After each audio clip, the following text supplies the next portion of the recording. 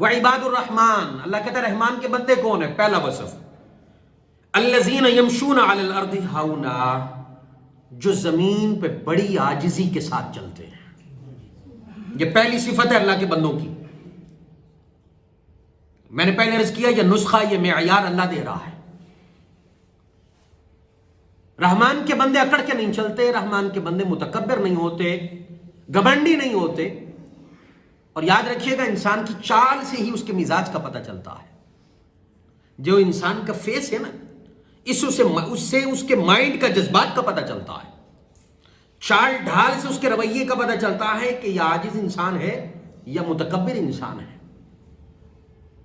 اللہ فرماتا ہے کہ یمشون علی الارض ہونا، میرے بندوں کی پہلی صفت یہ ہے، میرے بندے ڈھونڈنے نکلو تو دیکھو وہ زمین پہ چلتے کیسے ہیں۔ عاجزی انکساری کے ساتھ چلنے والا میرا بندہ ہے، اور جو اکڑ کے چلتا ہے وہ میرا بندہ نہیں۔ اعلان کر دیا گیا قرآن مجید کے اندر، وعباد الرحمن الذین یمشون علی الارض ہونا۔ اچھا، ایک تو اس کا ترجمہ یہ، اور ایک اس کا ترجمہ جس پہ میں غالباً کئی دفعہ خطاب کر چکا ہوں، میں صرف اشارتاً بیان کر کے آگے بڑھوں گا۔ ایک تو یہ کہ زمین پہ بڑی آہستگی سے چلتے ہیں، بڑی عاجزی کے ساتھ اللہ کے بندے چلتے ہیں۔ اور دوسرا اس کا ترجمہ اور معنی یہ ہے، اللہ کے بندے وہ ہیں کہ جو زندگی ایسے گزارتے ہیں کہ کسی کو زندگی بھر تکلیف نہیں دیتے، کسی کو تکلیف نہیں دیتے، ان کے ہاتھوں کوئی ناراض نہیں ہے، کسی کا حق نہیں کھاتے، ظلم نہیں کرتے کسی پہ، یہاں رہتے ہیں، کاروبار کرتے ہیں، زندگی گزارتے ہیں، اولادیں ہوتی ہیں ان کی، شادیاں کرتے ہیں، سارا کچھ ہوتا ہے، لیکن یمشون علی الارض ہونا، پر ان کی زندگی اتنی خوبصورت ہوتی ہے، گزار وہ بھی زندگی رہے ہوتے ہیں، لیکن زندگی گزارتے ہوئے زندگی بھر وہ ڈرتے رہتے ہیں کہ ہمارے ہاتھوں سے کسی کو تکلیف نہ پہنچے۔ فرمایا اگر یہ کسی کا مزاج ہے، اس کے پاس خانقاہ ہے یا نہیں ہے، اس کے پاس مسجد کا ممبر ہے یا نہیں ہے، وہ گلی میں چلنے والا بھی اللہ کا بندہ ہے۔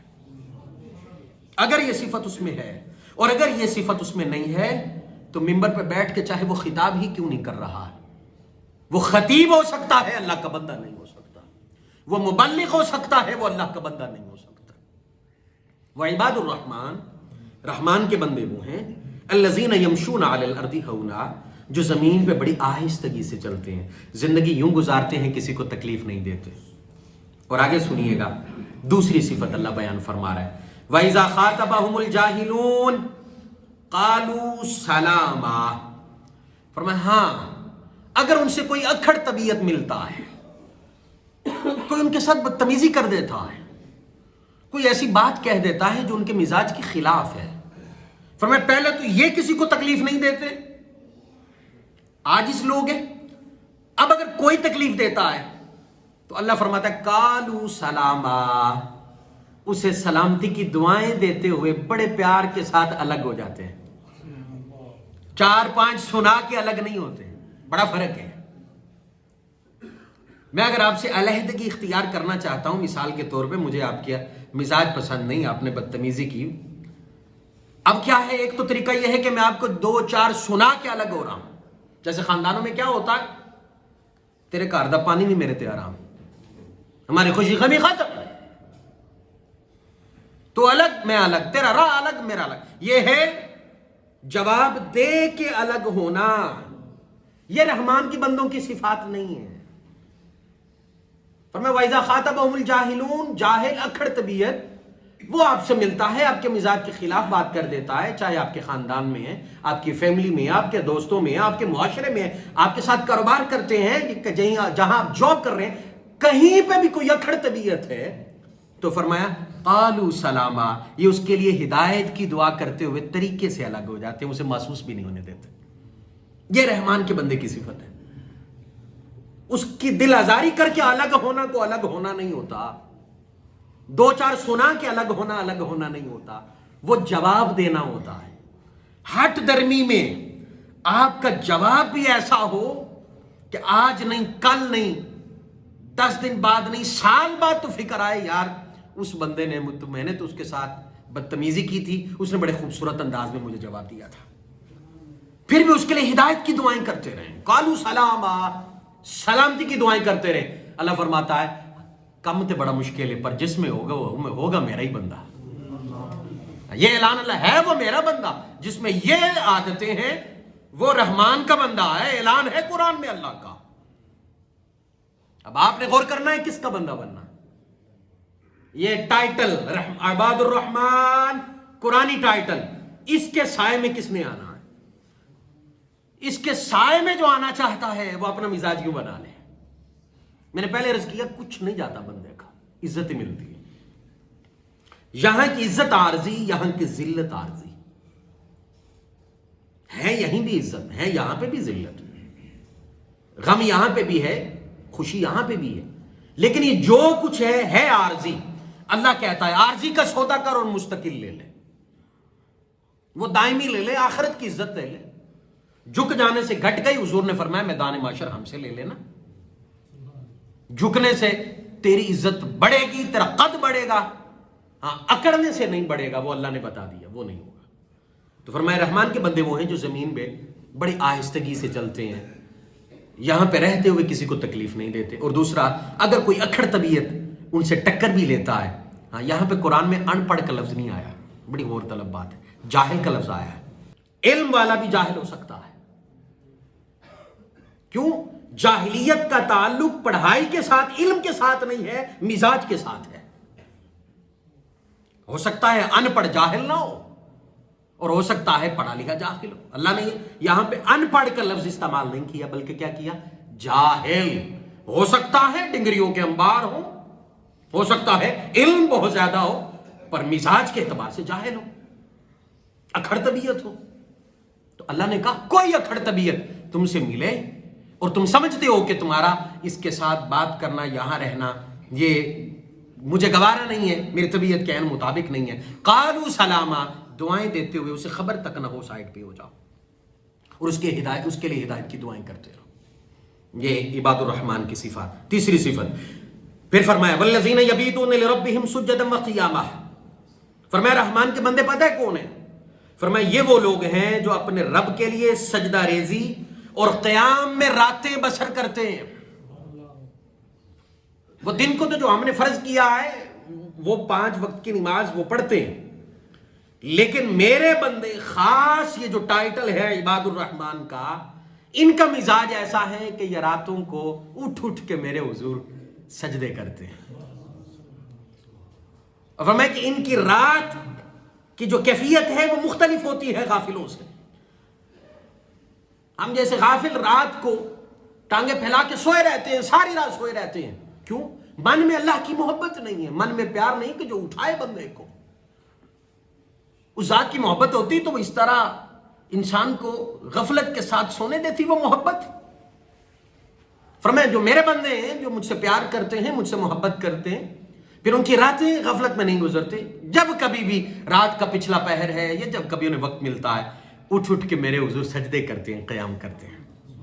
اچھا, بڑی خوبصورت بات اللہ رب العزت نے جو یہ ترتیب دی ہے, یہ کسی مولوی کی ترتیب نہیں کہ جو دائیں بائیں ہو سکے اور حکمت کے بغیر ہو, اللہ کی ترتیب ہے. عباد الرحمن رحمان کے بندوں میں سب سے پہلے حقوق العباد کی بات کی ہے اور سجدوں کی بات تیسری جگہ پہ کی. پہلے کہا ہاں عاجز ہیں, کسی کو تکلیف نہیں دیتے, کوئی تکلیف دے تو دعا دیتے ہیں. اس کے بعد کہا ان کی راتوں کی کیفیت یہ ہے وہ سجدے کرتے ہیں اور قیام کرتے ہیں.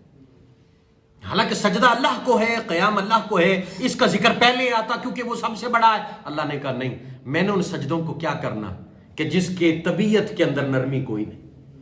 پھر وہ راتوں کو اٹھے, قیام کرے, رکوع کرے, اس سے پہلے ہم نے 2 صفات کا ذکر کیا ہے.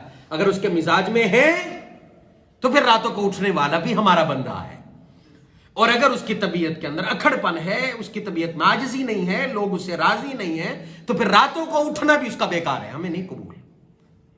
اس لیے ان 2 صفات کا پہلے ذکر فرمایا ہے.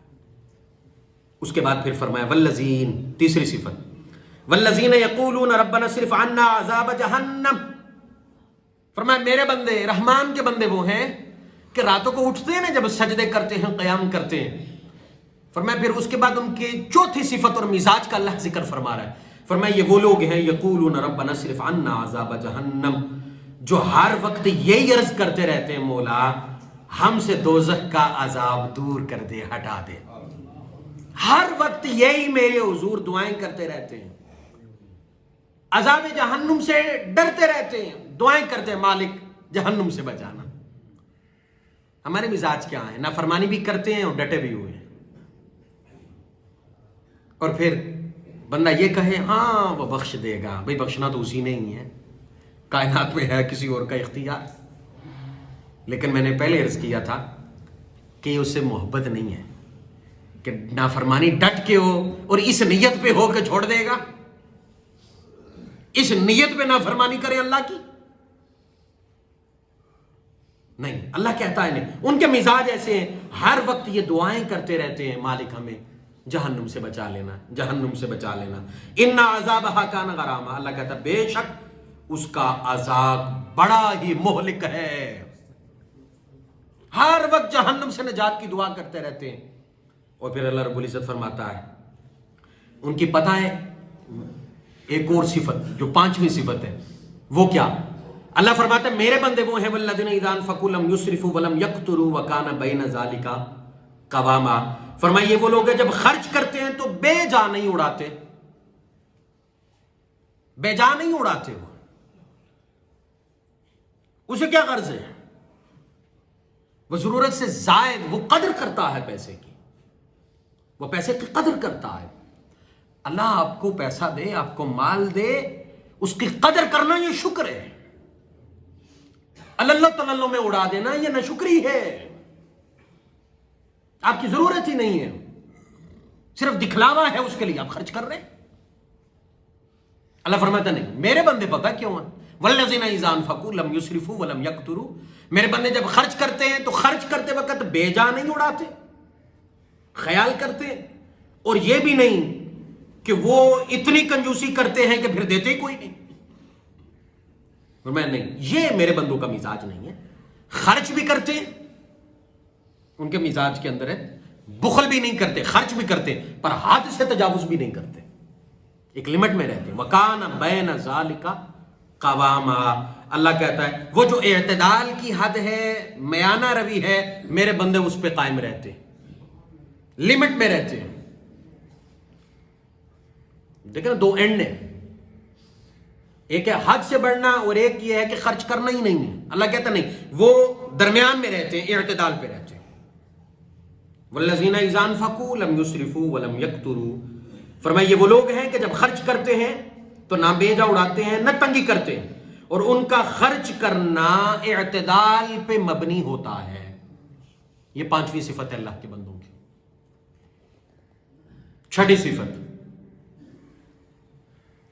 بلکہ میں یہ بتا دینا چاہتا ہوں کہ پہلی جو 5 صفات ہیں اس کے ذکر کے بعد آگے جو 3 چیزیں اللہ ذکر کر رہا ہے نا، وہ گناہ کبیرہ کا ذکر کر رہا ہے، اور بتا رہا ہے میرے بندے اس کے قریب نہیں جائیں گے۔ پہلی چیز، والذین لا يدعون مع اللہ الہا آخر، فرمایا یہ وہ لوگ ہیں جو اللہ کے ساتھ کسی دوسرے کو معبود نہیں بناتے۔ ایک ترجمہ یہ ہے جو اللہ کے علاوہ کسی اور کو نہیں پکارتے، صرف اللہ کو پکارتے، اس وحدہ لا شریک ذات کو پکارتے۔ اور یہ ذہن میں رکھیے گا، اگر یہ عقیدہ نہیں ہے تو نیکیاں جو ہے ہوا منصورہ، تو وہ پھر ایک راکھ کا ڈھیر ہے، ہوا ہی اڑا کے لے گئی۔ اگر توحید پہ آپ کاربند نہیں ہیں، لا يدعون مع اللہ الہا آخر، الہ اللہ ہے، اس کے علاوہ کوئی نہیں۔ اور یہ بات ذہن میں رکھے گا، میں بارہا اس بات کی طرف اشارہ کر چکا ہوں، میں پھر اشارہ کرنا چاہوں گا کہ جس درد کے ساتھ آپ اللہ کے علاوہ کسی اور سے مانگتے ہیں، اللہ سے مانگتے ہوئے اگر وہ درد آپ میں نہیں ہے، اپنے ایمانوں کی فکر کریں، اپنے ایمانوں کی پھر فکر کریں، کہاں پہ کھڑے آپ؟ جس خشوع خضوع کے ساتھ اللہ سے مانگنا تھا وہ خشوع خضوع کسی اور کے لیے ہے، اللہ کے لیے نہیں ہے، تو پھر ایمانوں کی فکر کریں۔ میں کوئی فتویٰ نہیں دے رہا، اس سے اور کمزور ترین ایمان کیا ہو سکتا؟ مجھے کسی ایک اللہ کے ولی کی تعلیمات دکھا دیں، کسی ایک صوفی کی تعلیمات دکھا دیں جس نے آپ کو اللہ سے الگ کر کے اپنی ذات کے ساتھ جوڑا ہو۔ اللہ والا ہے ہی وہ ہے جو اللہ سے جوڑے، جو بات ہی اللہ کی کرے، آپ اس کے پاس جائیں وہ آپ کو پتہ بتائے، بھائی وحدہ لا شریک ذات ہے، اللہ ہے، اس سے جڑو، اس ذات کے ساتھ جڑو۔ اگر جو بندہ اللہ سے نہیں جوڑتا ہے، آپ کو وہ دن میں 1000 فائدے بھی دے، تو یقین کیجئے گا آپ کا ایمان آزمائش سے گزر رہا ہے۔ ان اللہ علی کل شیء قدیر، بے شک اللہ ہر شے پہ قادر ہے، قدرت رکھتا ہے۔ جب کسی مصیبت میں ہمیں ڈالتا ہے نا، ہم پھر دائیں بائیں بھاگ کے جب اسے بھولتے ہیں نا، پھر وہ کہتا اور بھاگ اور بھاگ، بھاگ لے، وہاں سے نفع ملا ہے اور لے لے اور لے لے اور لے لے۔ یہ امتحان ہے ایمان کا، یہ ایمان کا امتحان ہے کہ مجھ سے ٹوٹا تھا، میں نے مصیبت مشکل تم پہ ایک وقت کے لیے مصیبت لے کے آیا، مشکل لے کے آیا، آزمایا میں نے تمہیں، اب تو چھوڑ کے کہیں اور امید لگا کے بیٹھ گیا ہے، تو ٹھیک ہے جا لگا۔ ہم تم کو فائدہ تو دینا ہم نہیں ہے، سارا کچھ ہم نے کرنا ہے، پر ہم وہاں سے تمہیں دے رہے ہیں، اب تیرے ایمان کی آزمائش ہے۔ میں اس پہ زور اس لیے دے رہا ہوں کہ ہمارے جو بزرگان دین ہیں، متصوفین ہیں، صوفی ہیں، یہ ان کی تعلیمات ہیں کہ اللہ سے جڑو۔ سیدنا شیخ عبد القادر جیلانی رحمہ اللہ تعالی ہے نا، میں ان کا ایک قول آپ کو سنا دیتا ہوں۔ آپ فرماتے ہیں کہ خود کو اللہ کے سپرد اس طرح کرو جس طرح مردے کو غسل دینے والے کے سپرد کرتے ہو، ایسے سپرد کرو۔ آپ کو پتا ہے جو مردے کو غسل دیتا ہے وہ دائیں کروٹ ہو بائیں کروٹ ہو، وہ غسل دینے والا جدھر اسے کرتا ہے وہ ادھر مڑتا ہے، اس کی اپنی مرضی اس کے بدن پہ نہیں ہوتی۔ سیدنا شیخ عبد القادر جیلانی فرماتے ہیں اپنے آپ کو اللہ کے سپرد اس طرح کرو، اپنے معاملات اللہ کے سپرد اس طرح کر دو۔ انہوں نے کہیں نہیں کہا میرے سپرد کرو، مجھے ایک جملہ دکھا دو ان کی کسی کتاب سے، نہیں کہا۔ انہوں نے کہیں نہیں کہا ہے کہ تم اللہ وحدہ لا شریک کے ساتھ جو تمہاری وابستگی ہونی چاہیے تھی وہ چھوڑ کے میری ذات کے ساتھ تم لگا دو، کہیں نہیں کہا۔ اگر ہم اس طرح دیکھیں، میں پہلے کہا میں صوفی مشرب کا انسان، میں اپنے عقیدے پہ ڈنکے کی چوٹ پہ قائل ہوں، ڈنکے کی چوٹ پہ۔ یہ جو میں باتیں کر رہا ہوں یہ یہاں نہیں کر رہا، ہر جگہ پہ میری یہ باتیں ہیں، چاہے کوئی بھی بیٹھا ہے۔ دینی معاملے کے اندر میرا لہجہ معذرت خواہانہ نہیں ہوگا، اللہ کے فضل سے، اللہ کی توفیق سے۔ ذات خدا سے جڑو۔ آقا علیہ الصلوۃ والسلام تشریف لائے اللہ سے جوڑنے کے لیے، اس لیے نا اللہ سے جوڑا نا ہمیں، وہ اللہ سے رشتہ مضبوط کرو۔ اللہ کہتا ہے والذین لا يدعون مع اللہ الہا، پتہ میرے بندے کون ہیں؟ اللہ کہہ رہا ہے میرے بندے کون ہیں؟ جو میرے علاوہ کسی اور کو نہیں پکارتے، مجھے پکارتے ہیں۔ دیکھیں نا، آپ کسی صوفی کے پاس جاتے ہیں، کیوں جاتے ہیں؟ یہ اللہ کا بندہ ہے۔ یہ کون ہے؟ اس سے دعا کروائیں گے، اس سے راہ لیں گے، منزل تک پہنچیں۔ منزل اسے نہیں بنانا، منزل اللہ ہے۔ منزل جب اسے بنا لیں گے وہی معاملہ خراب ہو جائے گا۔ یہ باریک سا ایک فرق ہے۔ آج ہے نا، تھوڑی سی مصیبت آئے تو یاد کون آنا چاہیے؟ اگر اللہ کے علاوہ کوئی اور یاد آیا پھر تو فکر ہونی چاہیے نا، غور تو ہونا چاہیے نا بھی کہاں پہ کھڑا ہوں۔ والذین لا يدعون مع اللہ، وہ لوگ جو اللہ کے علاوہ کسی کو نہیں پکارتے یا الہ نہیں مانتے، فرمایا وہ میرے بندے ہیں۔ اور پھر اللہ فرماتا ہے ولا يقتلون النفس التي حرم اللہ الا بالحق، وہ کسی جان کو قتل نہیں کرتے۔ وہ قاتل، میرا بندہ قاتل نہیں ہو سکتا، وہ انسانیت کی قدر کرنے والا ہوگا، انسان کو قتل کرنے والا نہیں ہوگا۔ تیسری بات ولا یزنون، فرمایا وہ جو میرے بندے ہیں وہ زنا نہیں کرتے۔ جو زانی ہے وہ میرا بندہ کیسے ہو سکتا ہے؟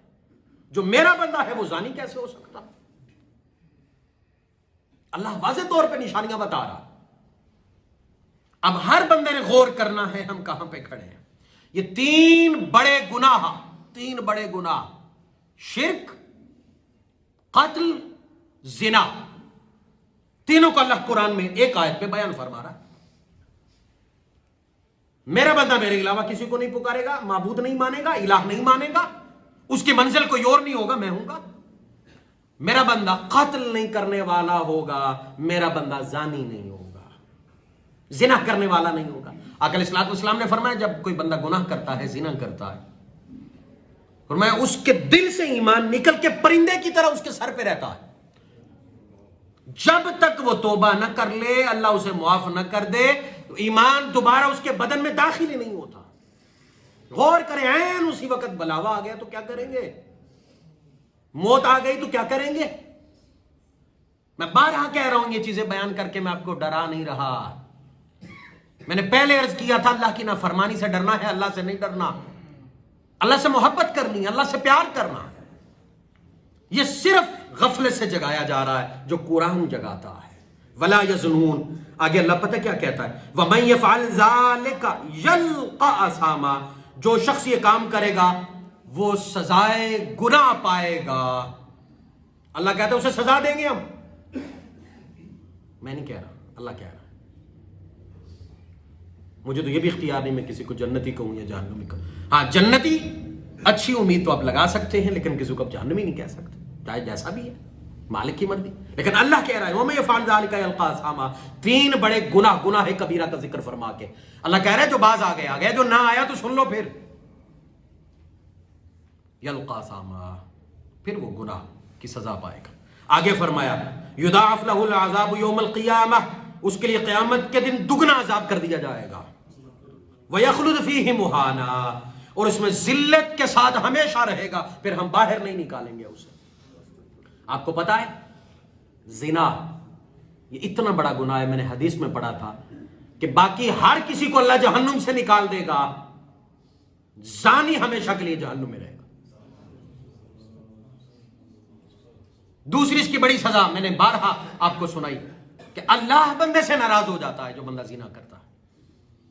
تیسری چیز یہ فرمایا اللہ چہرے کی رونق چھین لیتا ہے جو بندہ زنا کرتا ہے۔ میں پھر عرض کروں گا نکاح آسان کرو، جتنا ہو سکے نکاح آسان کرو، نکاح کو مشکل نہ کرو۔ خدا را اس معاشرے میں نکاح کو مشکل نہ کرو۔ آئے دن اخبارات میں کیا کیا پڑھتے ہیں، آئے دن نیوز میں کیا کیا سنتے ہیں، کیا سمجھتے ہیں کہ یہ کوئی باہر سے آئے تھے کرنے والے کہ ماحول کو ایسا کر گئے، میں اور آپ ہیں اور کوئی نہیں ہے۔ آپ میں سے کسی ایک کو بھی فکر نہ آئی تو قیامت کے دن پوچھے گا اللہ۔ نکاح آسان کرو جتنا ہو سکتا ہے۔ الا من تاب و آمن، آگے اللہ اعلان فرماتا ہے تین گناہوں کا ذکر کر کے بڑے، پھر اعلان کیا ہم سزا دیں گے اسے، پھر اللہ کہتا ہے الا من تاب و آمن، ہاں جس نے توبہ کر لی آ جائے۔ یقین کیجئے گا جو ہی گناہ ہو جائے نا، این اسی وقت جھک جائیں، مالک ہو گئی، این اسی وقت جو اکڑ نہیں، جب گناہ ہو گر پڑے معافی مانگ لیں اللہ سے۔ وہ کہتا ہے ٹھیک ہے، مجھے سب سے پیارا بندہ ہی وہ لگتا ہے جو میرے حضور آ کے کم از کم نادم اور شرمندہ تو ہوتا ہے نا۔ یہ تو آ کے کہتا ہے مالی غلطی ہو گئی نا، مالی خطا ہو گئی، کہتا ہے میں اسے معاف کر دیتا ہوں، میں نے توبہ رکھی اسی لیے، نہ رکھتا تو یہ کدھر جاتا۔ مالک توبہ نہ رکھتا، توبہ کا ہمیں حکم نہ دیتا تو پھر حال کیا ہوتا ذرا سوچئے گا۔ اتنی بڑی دولت اللہ نے دے رکھی ہے اور ہم توبہ بھی نہیں کرتے۔ فرمایا الا من تاب، جو توبہ کر لے، مالک صرف توبہ کر لے، فرمایا وآمن، پھر صحیح طریقے سے ایمان لائے، بس فرمایا وعمل عملا صالحا، پھر نیک اعمال بھی کرے، پھر ہماری مانے بھی۔ ان الذین قالوا ربنا اللہ، وہ لوگ جنہوں نے کہا ہمارا رب اللہ ہے، ثم استقاموا، پھر ڈٹ جائے۔